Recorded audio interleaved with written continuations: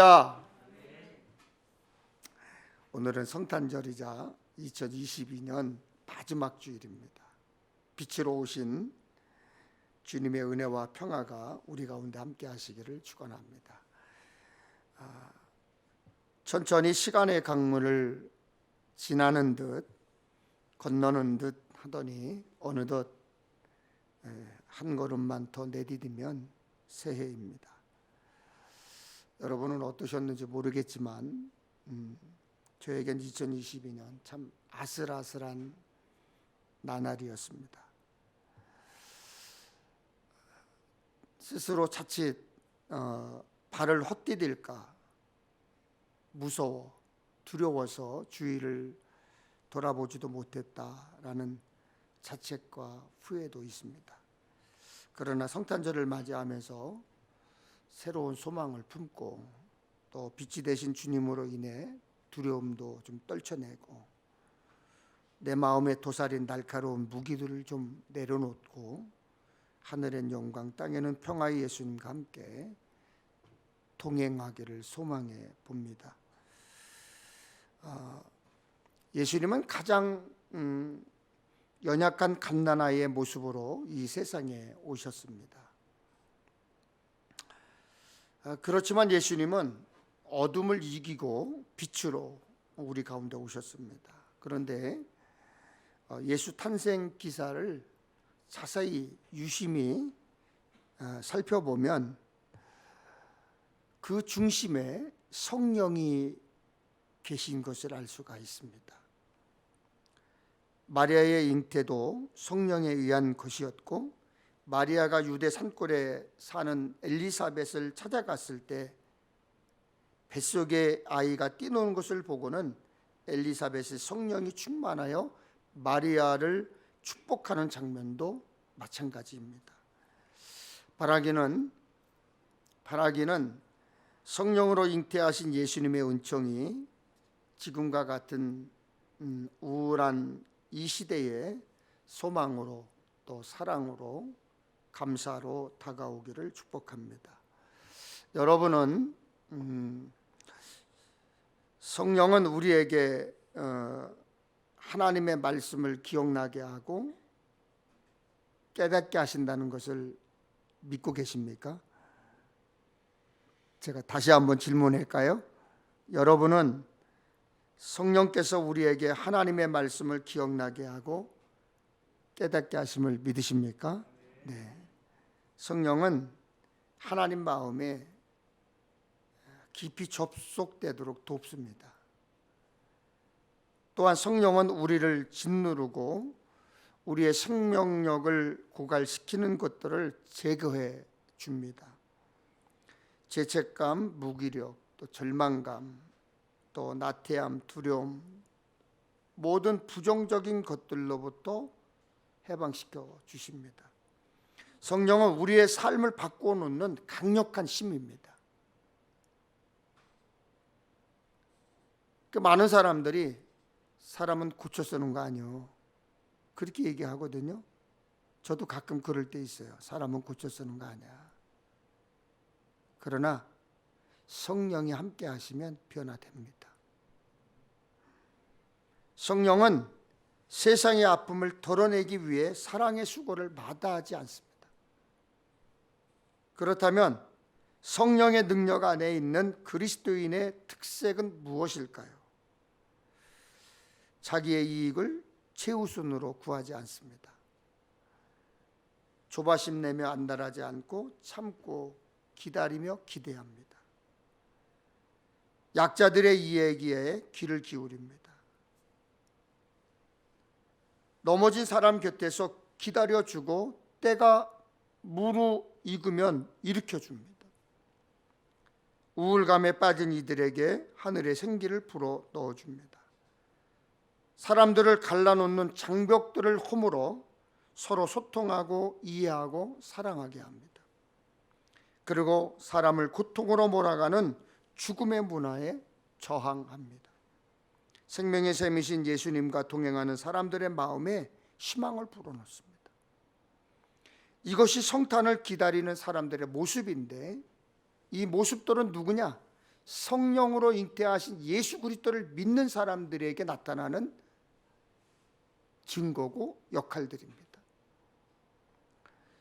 여러분, 즐겁고 기쁜 성탄절이지만 또한 다른 곳에서는 안타까운 소식도 있습니다. 여러분도 며칠 동안 아시겠지만 눈 때문에, 추위 때문에 어려움 겪으셨죠? 저 아랫역에는 많은 폭설로 엄청난 눈으로 고통을 당하는 분들이 또 계시고요. 제주도에서도 폭설로 인해서 제주공항에 여행객들이 묶여 있다라고 하는, 이제 좀 풀려서 운행이 재개됐다라고 하는 소식이 들려오고요. 미국에는 50도까지 내려가고 폭설로 지붕이 무너지고 하는 어려움을 겪고 있다고 하는 소식을 들었습니다. 또한 우리 주변에는 아무도 모르게 홀로 죽어가는 고독사가 우리 주위에서 계속 늘어나고 있습니다. 아마도 이런 변화는 1인 가구의 급속한 증가와 관련이 깊습니다. 통계청에 따르면 1990년대 9%였던 1인 가구 비율이 2010년도에는 23.9%로 증가를 했고, 2021년이죠. 작년에는 1인 가구가 전체 가구의 33.4%를 차지하는 것으로 통계청에서 보고를 했습니다. 앞으로는 더 늘어나겠죠. 그렇게 예측을 하고 있습니다. 세 집 중에 한 집이 혼자 살게 될 거다라는 통계죠. 우리나라도 노인 인구는 급격하게 늘어나고 젊은 세대가 줄어드는 역삼각형 인구 피라미드가 되고 있습니다. OECD 국가 중에 노인 빈곤율 1위가 우리나라입니다. 특히 자녀 양육, 결혼 등으로 노후 준비가 제대로 되지 않는 분들이 굉장히 높습니다. 그래서 자녀 교육시키는데, 결혼시키는데 부모들이 올인한다는 거예요. 그래서 부모들이 노후에 준비가 안 돼서 그분들이 노후에 가난하게 산다라고 하는 것입니다. 아마 우리 주변에서도 그런 분들을 여러분 심심치 않게 보실 것입니다. 우리 경기원회에 소속된 원로 목사님들이 약 180분이 계십니다. 내년 연회가 4월달 연회가 끝나면 아마 원로 목사님들이 더 늘어나시겠죠. 그런데 많은 원로 목사님들이 참 어렵게 살고 계십니다. 진짜로 어렵게 살고 계십니다.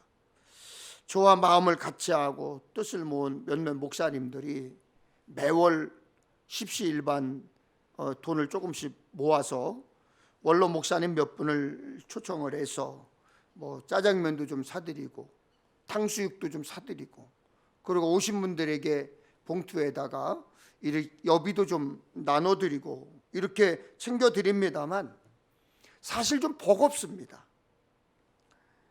그것뿐만 아니라 우리 주변에도 어려운 이웃들이 많습니다. 매년 12월이 되면 구세군 자선 냄비가 운영되고 있는 것 여러분 아시지요? 여러분 알고 계시죠? 우리가 직접 어려운 분들, 불우한 이웃들을 찾아가기 어렵다면, 돕기 어렵다면 자선 냄비에 작은 마음이라도 사랑의 마음을 전했으면 하는 마음입니다. 예전에는 성탄절이 되면 참 마음이 들떴습니다. 성탄 2부 발표회가 기다려졌고 새벽송이 기다려졌습니다. 그런데 요즘 세상은 점점 성탄을 소홀히 여기고 무시합니다. 예수님 나심을 억제하는 분위기를 넘어서 오히려 할로윈 같은 귀신놀이에 관심과 더 집착하는 것 같습니다. 성탄 캐럴이나 또 성탄 찬송을 밖에서 여러분 들어보지 못했을 거예요. 아마 밖에서 들어보지 못했을 겁니다. 그런 일을 문화다, 이렇게 문화로 취급하고 교회를 상식으로 몰고 가는 분들이 의외로 많습니다. 여러분, 우리 예수 믿는 사람들은 그래서는 안 됩니다. 더 드러내야 하고 더 잘해야 되고 더 전해야 됩니다.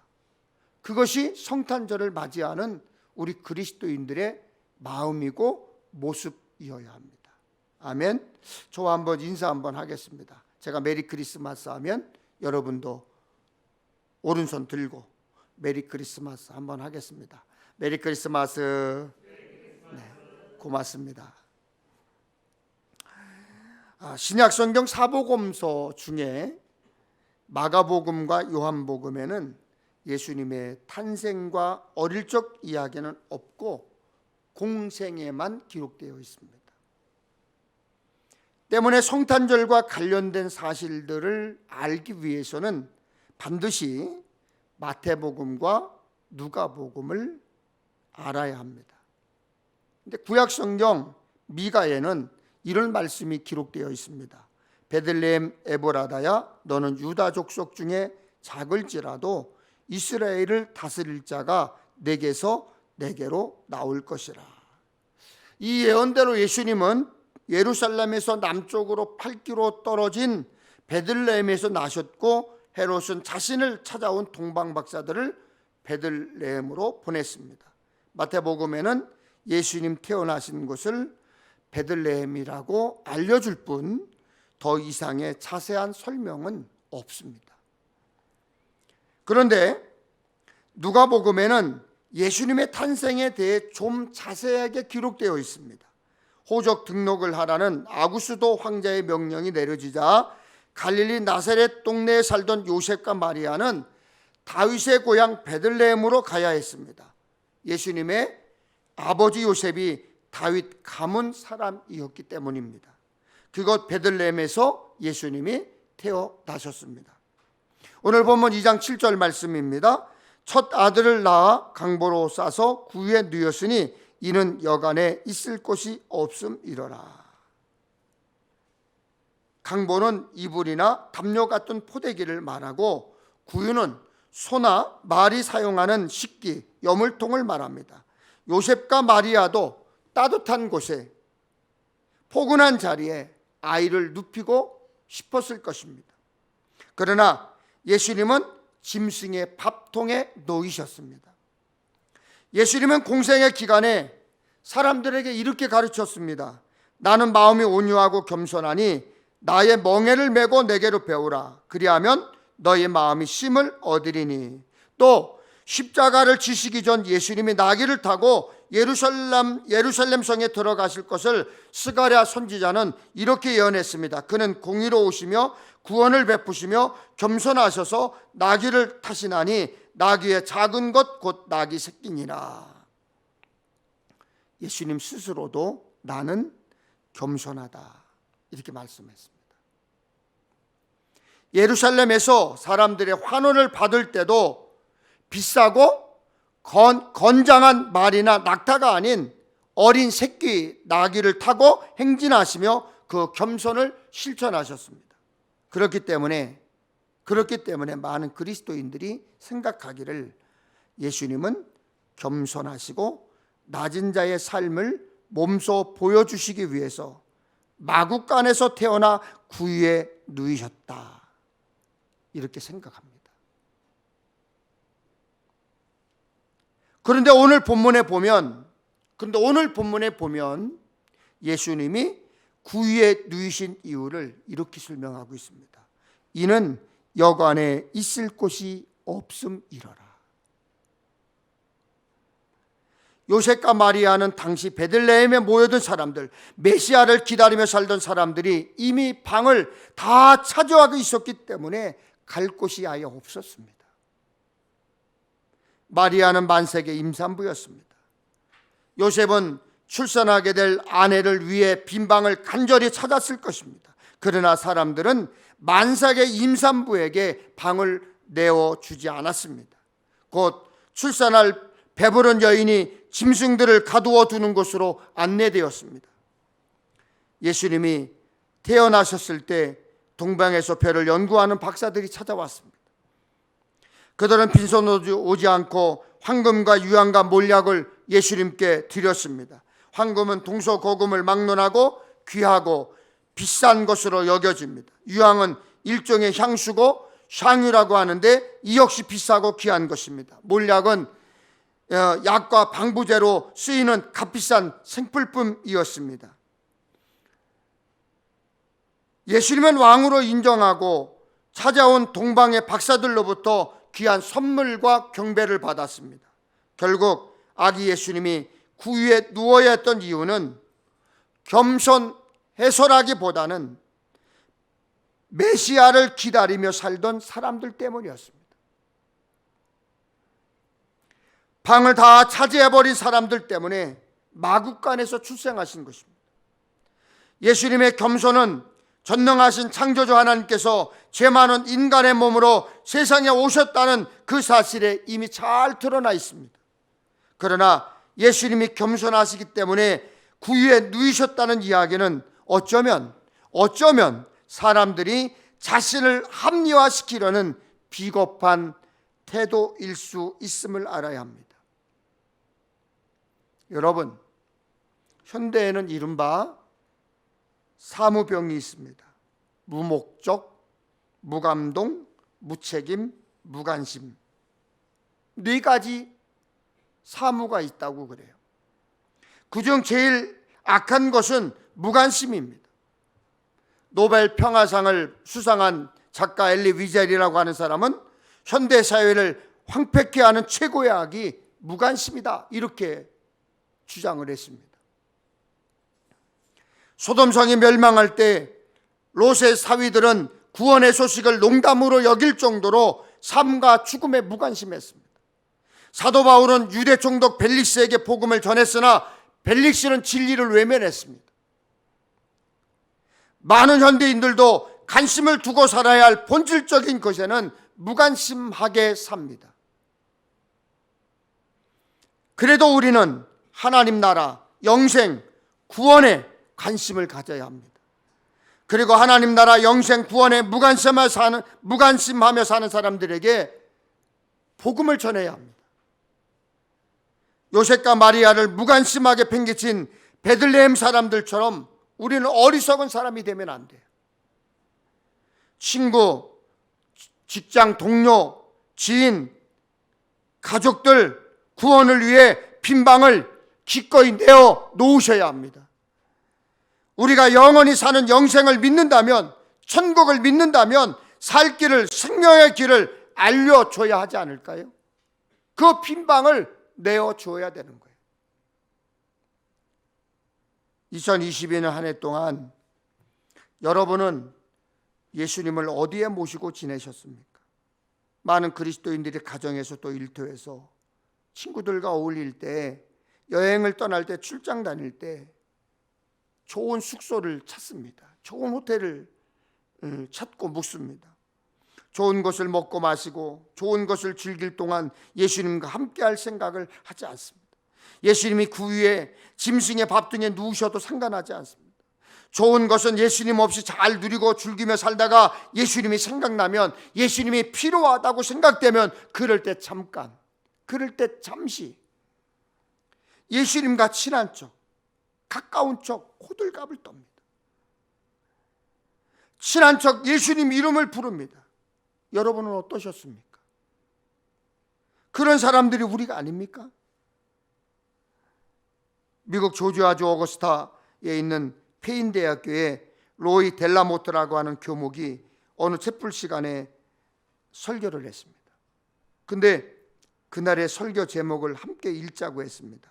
설교 제목은 나에게 종교란 어떤 의미인가 였습니다. 설교 제목을 읽은 후 목사님이 이렇게 말했습니다. 종교는 그 자체로는 아무런 의미가 없습니다. 종교 생활 말고 진짜 예수님을 만나 예수님과 함께 사십시오. 그날 그 목사님의 설교는 페인대학교 채플 역사상 가장 짧은 설교였습니다. 그게 설교 전체였습니다. 종교는 그 자체로는 아무런 의미가 없습니다. 종교 생활 말고 진짜 예수님을 만나 예수님과 함께 사십시오. 예수님을 믿는다고 하면서 하나님 중심으로 살지 않는 신앙생활은 세상의 교양 생활과 종교 생활과 별반 다를 바 없습니다. 하나님의 자녀된 우리는 예수님은 구유에 눕혀준 채 나 중심으로 사는 종교 생활이 아니라 예수님을 중심에 모시고 살아야 돼. 예수님과 동행하며 살아야 돼. 예수님이 말씀하셨습니다. 나는 포도나무요 너희는 가지라. 중심은 나무이신 예수님이에요. 우리는 가지예요. 그러므로 우리가 중심이신 예수님에게 잘 붙어 있으려 해야지 우리가 중심인 양, 우리가 중심인 듯 행세를 한다면 열매를 맺을 수가 없는 거예요.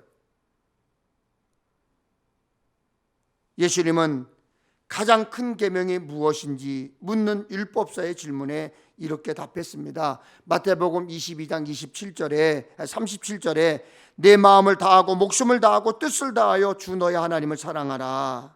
마음과 목숨과 뜻을 다해 사랑하라는 것은 하나님의 중심의 삶, 예수님 중심의 삶, 성령 중심의 삶을 살라는 뜻이에요. 우리는 올 한 해 하나님을 더 가까이 하며 살고 즐겁게 신앙생활을 하자고 했습니다. 여러분, 예수님 안에서 하나님과 가까이 하며 즐거이 살고자 애쓰셨습니까? 여러분이 2022년 한 해 동안 호탕하게 웃고 기뻤고 감사했던 그 순간에 예수님이 함께 하셨습니까?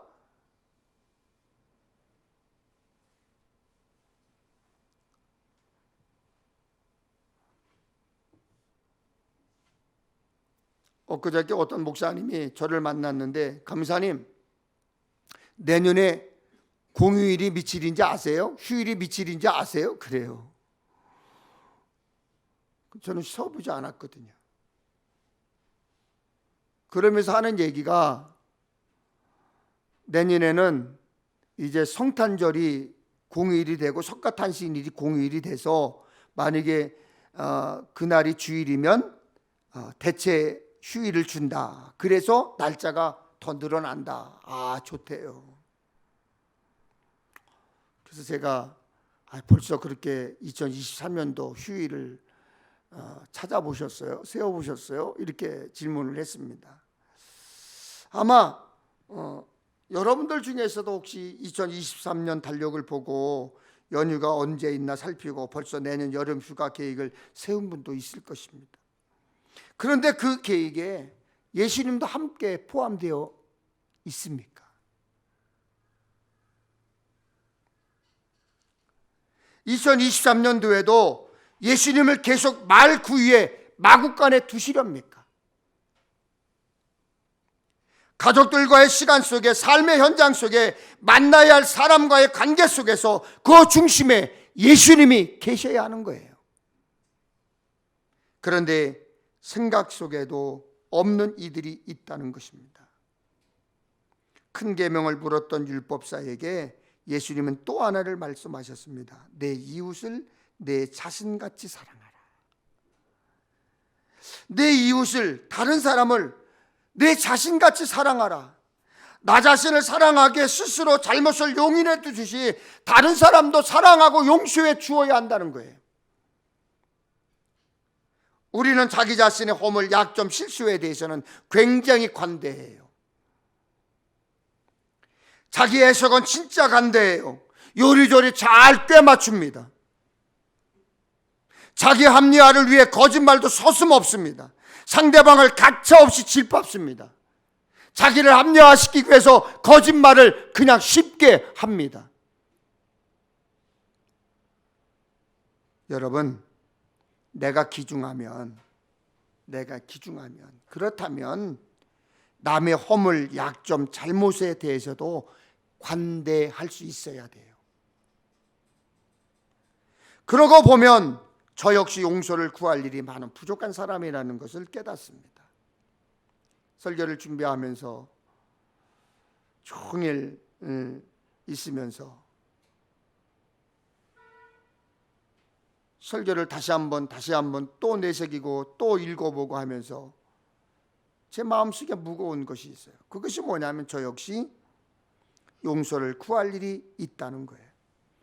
가족들에게, 성도들에게 의도하지 않은 일로 상처를 드린 일이 있을 거예요. 받은 사랑에 감사를 표하지 못하고 지나친 일도 있을 거예요. 제가 잘 보지 못하고 잘 듣지 못하고 잘 판단하지 못해서 마음 상하신 분들도 있을 거예요. 모두 죄상하게 생각하고 제가 회개하고 있습니다. 예수님이 오늘 이 땅에 오신 이유가 무엇일까요? 우리 죄를, 우리 허물을 용서하시기 위해서였습니다. 우리를 구원받게 하시려고 구원의 길이 되어 주시기에 오셨습니다. 우리가 조건, 자격이 있어서 우리에게 오신 것이 아니에요. 예수 믿음으로 전적으로 구원의 은혜를 누리는 것입니다. 그러므로 나를 구원하기 위해 오신 예수님을 예비하고 찬양하며 기뻐해야 합니다. 그렇다면 우리가 왜 용서를 못하고 왜 용서하지 못하는 것입니까? 여러분, 성탄절은 하나님의 사랑이 실천된 날입니다. 예수님이 하나님의 사랑을 실천하시려 세상에 오신 날입니다. 예수 믿는 우리가 궁일이 여기고 섬김의 본이 되고 용서하고 용서를 구하는 용기를 가지고 사랑해야 사람들이 우리를 보고 예수님을 생각할 것입니다. 하나님께서 예수님을 이 땅에 보내신 사랑, 아가페예요. 세상 사람들이 찾고 구하고 열광하는 그런 사랑이 아니라 하나님께서 예수님을 이 땅에 보내신 사랑은 아가페 사랑이에요. 아가페는 인간의 어떤 언어로도 표현이 불가능한 단어입니다. 필립 얀시라고 하는 영성가가 있습니다. 이렇게 말했습니다. 불교의 팔정도, 힌두교의 업, 유대교의 언약, 이슬람의 꾸란 모두 인정 방법을 제시하고 있다. 인정받는 방법을 제시하고 있다. 그러나 오직 기독교만이 하나님의 사랑을 무조건적이라고 선포한다. 우리가 예배하는 하나님은 죄인들을 용서하시고 사랑하십니다. 그래서 잃어버린 양을 끊임없이 찾으시는 것이고 예수님을 떠난 탕자를 애타게 기다리면서 낙오된 자들을 구원하시는 것이 예수님의 사랑입니다. 예수님은 우리를 위해 다 주셨습니다. 다 버리셨습니다. 다 쏟으셨습니다. 그러므로 예수 믿는 우리도 가정에서, 교회에서, 일터에서 미안합니다, 잘못했습니다, 참아주셔서 감사합니다, 괜찮습니다, 용서합니다, 잊었습니다, 감사합니다, 왜 말을 못할까요? 그렇게 말하셔야 합니다. 그렇게 말하십시오. 정확히 일주일 남은 2022년 이 한 해 실수와 잘못으로 누군가에게 잘못한 것이 있어서 마음에 빚을 지고 있다면 미안합니다, 잘못했습니다, 괜찮습니다, 용서합니다, 잊었습니다, 용서를 구하고 용서해 주시기를 바랍니다. 미안합니다, 괜찮습니다, 이 말 한마디에 사람들의 마음을 녹이는 거예요.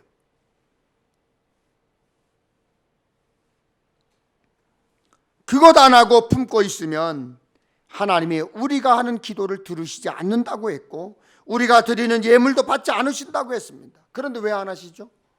그런데 왜 안 하십니까? 나 자신을 위해서라도 하셔야죠.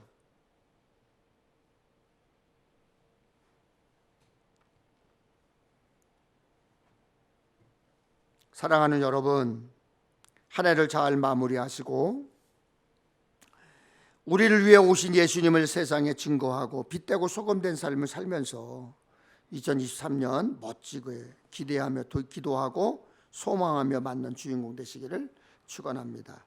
축원합니다. 하나님, 1년 동안 부족한 종 말씀을 전했습니다. 사랑하는 성도들 진심으로 정성으로 예배하기 위해 썼습니다. 하나님 받으신 줄로 믿고 감사를 드립니다. 성도들의 마음밭에 뿌려진 말씀이 30배, 60배, 100배의 결실을 맺는 영적 추수꾼이 되게 하여 주옵소서. 하나님, 우리가 아무리 예배를 잘 드려도 우리가 우리의 믿음이 아무리 굳건해도 비바람은 치는 줄 압니다. 때로는 태풍도 불고 폭풍우도 불고 우리의 삶을, 우리의 신앙을 흔들 때도 있습니다. 그러나 하나님, 우리 밭에 뿌려진 말씀 붙잡고 주님 붙잡고 살 때 넘어지지 않도록, 뽑히지 않도록 저희들을 지켜 주시옵소서. 이 땅의 그 어떤 것으로도 주님을 바꾸지 않도록, 주님 외에 다른 것을 우선순위 두지 않도록 주께서 함께해 주옵소서. 예수님의 이름으로 기도하옵나이다. 아멘.